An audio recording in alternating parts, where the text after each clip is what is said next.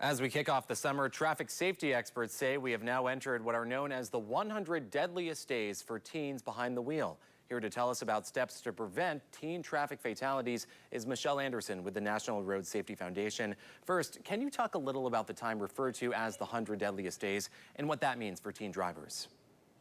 Yes, so the 100 Deadliest Days actually begins on the Memorial Day weekend, leading up to the Labor Day weekend. That's a 100-day span.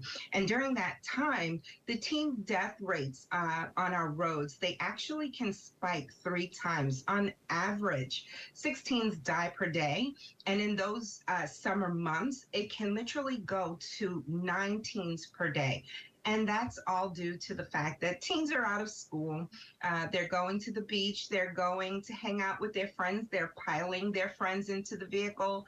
And there's so much activity going on. And the most important factor is that the teens are not experienced drivers. And so they have distractions and all kinds of things going on. And so this results in these numbers that are totally alarming. And we're here to try to make a difference. You've talked a bit about how it rises during this time of year, but really here in Michigan, traffic crash fatalities have been on the rise generally. The Road Safety Foundation says there were more than 1,100 in 2021, the most in a year since 2005. What do you think the reason is behind that jump?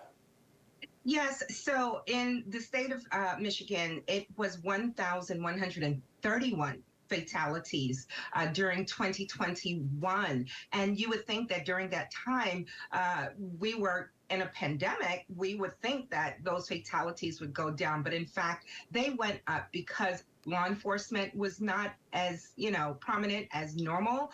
People were speeding because there weren't as many people on the roads. And so the death rate actually spiked up quite a bit during that time. And so, again, it's all due to the lack of awareness on how we can be safer drivers, just knowing the do's and don'ts of the road and the do's and don'ts of your vehicle. Tell me about some of the things that can be done to help teens be safer behind the wheel, and also what should parents keep in mind here? So the first thing we'd like to say to parents is open that line of communication with your teen driver. Know who their friends are, know where they're going, understand, if they respect the road.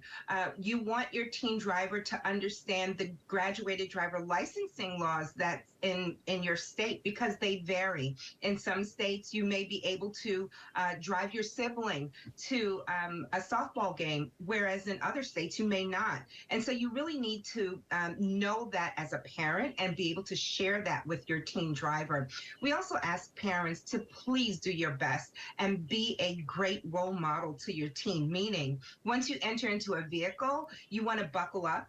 You want to power down on those electronic devices. When your teen drivers see you doing that, more than likely, that's what they're going to do when they're in their own vehicle and you're not around. So you want, as a parent, to do as much as you can to open lines of communication. And again, as I said, that you want to be a good role model for your teen.